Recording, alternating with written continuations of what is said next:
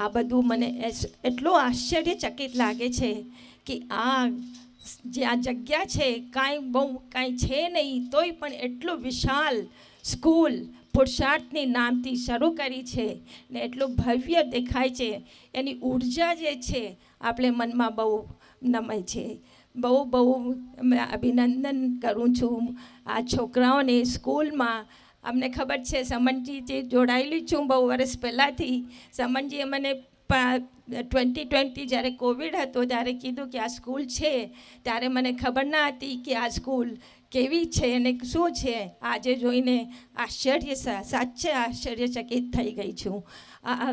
ભીમસિંહભાઈજીને તો શું કહું, જે છે માણસ જે દેખાય છે આવા જ છે, શાંત કરવાનો માણસ.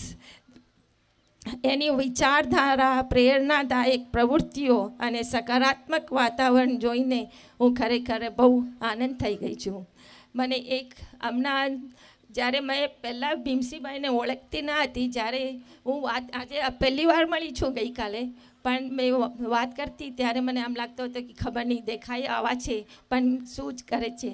પણ આ જો સંસ્કાર તમને અહીંયા જોવા મળે છે ને.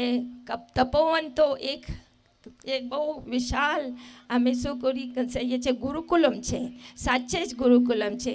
અમારા મેમ્ફિસના ઘણા બધા અહીંયા આવ્યા હતા તો મને કહે છે ના બહુ સારું છે. મેં કીધું શું હશે, કે કાંઈ કુટિલ હશે કે. પણ આજે જોઈને અમને પહેલાં મન થયો કે મારા હસબન્ડ છે એને બહુ શોખ નથી. મને કહે છે ના હું નથી ચાલવાનું. મેં કીધું ભલે. પછી આજે આવીને કહે છે ના આપણે છે ને 10 દિવસ માટે અહીંયા રહીશ. તો એટલું ફાઇન લાગે છે. જે આવ્યા નથી એ ને મારી બહેનોને હું બેંગ્લોરમાં, અમદાવાદમાં બધી જગ્યા વિડીયો મોકલાવું છું. તે કહે છે દીદી આ તો શું ભવ્ય છે, મારી જગ્યા છે, મને આવવાનું છે. મેં કીધું ભલે આવજે, સમનજી તને ક્યારેય પણ આગમન કરશે. તો આ બહુ ને સૌથી વધારે બહુ ખુશી થઈ છે કે તપોવનની છોકરીઓ એટલી ક્યુટ ને એટલી પ્રેરણાદાયક, એના જે વિચાર છે, એની જે સંસ્કાર આપ્યા છે. સમનજી, ભીમસિંહભાઈ, પ્રિન્સિપલ, ટીચર્સ, તમને પ્રિન્સિપલને બહુ નમન. બહુ સારું કામ કરો છો. દક્ષાબેનને પણ એટલું ફાઇન કામ કરો છો. છોકરાઓને જોઈને બહુ ખુશ થઈ ગઈ છું. ને તપોવનમાં તો છોકરીઓ અમે ઉઠીએ નહીં એના પહેલાં કહે છે તમારે શું જોઈએ છે, શું નથી જોતું. મેં કહ્યું ભાઈ તમે પણ જરા વિશ્રામ કરો. પણ ના, કહે છે કે ના તમે જરાક શું કહો તો ખરા. તો આ સંસ્કાર તો બહુ મને દિલને છૂઈ ગયો છે.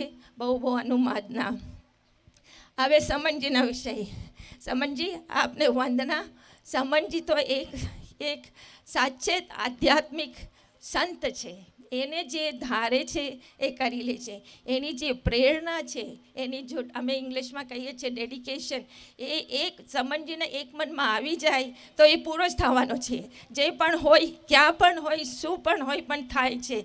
મેં એને જોડેથી અમે 30 વર્ષથી ઓળખીએ છું. તો પણ હવે મને ખબર પડી કે આજે એક બસની ખાલી વાત કરી ને એ થઈ ગયો પૂરો 2 મિનિટમાં. કે વ્યસનજીભાઈએ કીધું કે કેટલા જોઈએ છે, શું જોઈએ છે, કે ચલો લખાવી दो. समझिए आपकी वाणी में सचमुच में कुछ बहुत बड़ी ऊर्जा है. मैं आपको नमन करती हूँ. આપકે તેમના આશીર્વાદ અને માર્ગદર્શનથી અમને હંમેશા થાય છે કે કાંઈ કરીએ. જ્યારે સમનજી કાંઈ બોલે તો અમને થાય કે સારું કરવું જોઈએ છે અને થઈ જાય છે. તો એટલે અમારા મેમ્ફિસ તરફથી મને બહુ આનંદ થાય છે કે તપોવનમાં જે ગર્લ્સ હોસ્ટેલ થયું છે મેમ્ફિસના મોટો ભાગે એના ભાગ છે. તો થેન્ક યુ એવરીબડી. સોરી.